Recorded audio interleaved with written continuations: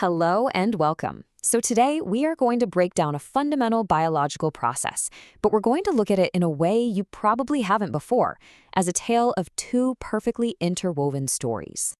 All right, let's just jump right in. We usually think of the menstrual cycle as this one single thing that happens every month. But what if I told you it's actually two completely different stories, happening in two different places at the exact same time, all working towards one goal? You see, to really get this, we need to meet our two main characters. Or maybe it's better to say our two main settings, the ovaries and the uterus. Each one has its own unique story that unfolds over the course of about a month.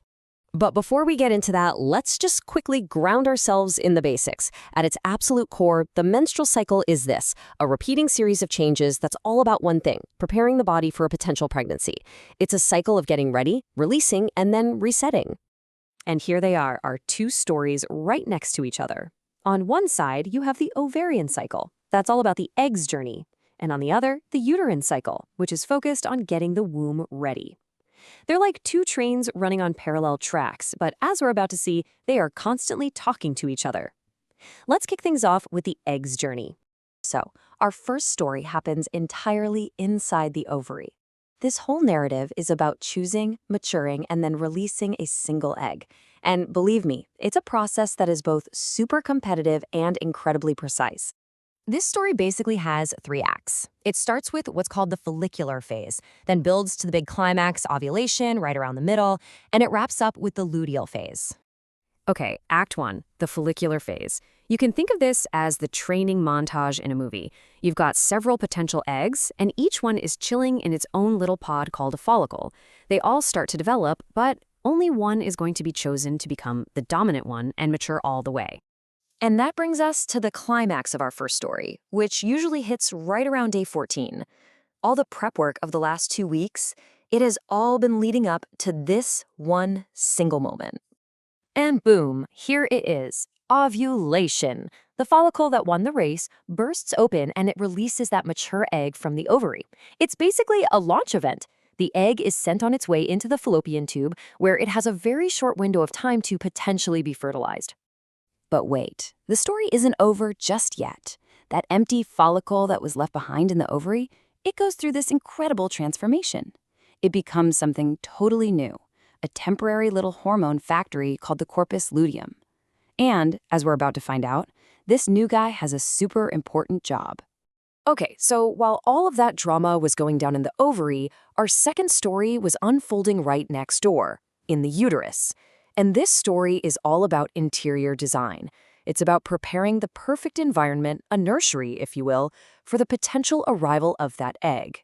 Now, the uterine story also has three phases. It kicks off with the menstrual phase, then it moves into the proliferative or rebuilding phase, and it finishes up with the secretory or furnishing phase. And what you should notice is how the timing of these phases lines up perfectly with what's happening in the ovary. So day 1 of the whole cycle actually starts here with menstruation. This is when the body sheds the uterine lining, the endometrium that it built up during the last cycle but didn't end up using. It's basically clearing everything out to get ready for a fresh start. So once that's over, the rebuilding can begin. This is the proliferative phase. The uterine lining starts to grow back, getting thicker and developing this really rich supply of blood vessels. It's kind of like laying down a brand new, super plush carpet. And finally, we have the secretory phase. This is where the nursery gets fully furnished. The lining doesn't just get thicker, it actually starts secreting all these vital nutrients. The whole point is to create this soft, nourishing, and totally welcoming bed, perfectly prepared to receive a fertilized egg. So we have these two stories happening at the same time. An egg is released and a nursery is prepared. But how do they stay so perfectly in sync? I mean, how does the uterus even know that the egg is on its way? Well, the answer lies with the conductors of this whole operation. Right. It all comes down to hormones. You have to think of them like chemical messengers that are constantly traveling between the ovary and the uterus, carrying instructions. They are the conductors, making sure every part of this biological orchestra plays in perfect harmony. And this is where it all clicks together. This is how our two stories connect. As that follicle is growing in the ovary, that's story number 1, it's pumping out estrogen. That estrogen travels to the uterus and gives the command, hey, rebuild the lining. Then after ovulation, that corpus luteum in the ovary, again, story number 1, starts producing progesterone. Progesterone's message to the uterus is, okay, now maintain that lining, make it rich, get ready for an arrival. So what happens if the egg isn't fertilized? Well, if there's no pregnancy to support, that corpus luteum in the ovary just degrades. And when it does, hormone levels, especially progesterone, take a nosedive. The uterus gets this new message loud and clear. Stand down, mission is a go for next month. The lining breaks down, menstruation begins, and the entire 28-day cycle starts all over again.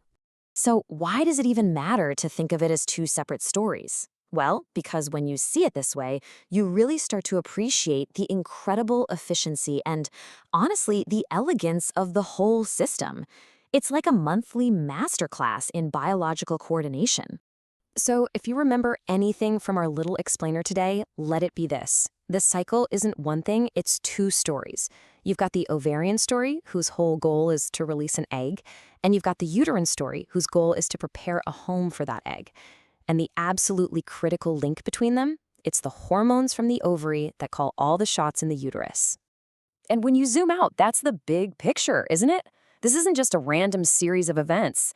It is a highly evolved, finely tuned rhythm. It's a masterpiece of timing and communication happening inside the body, all perfectly orchestrated to make the potential for new life possible.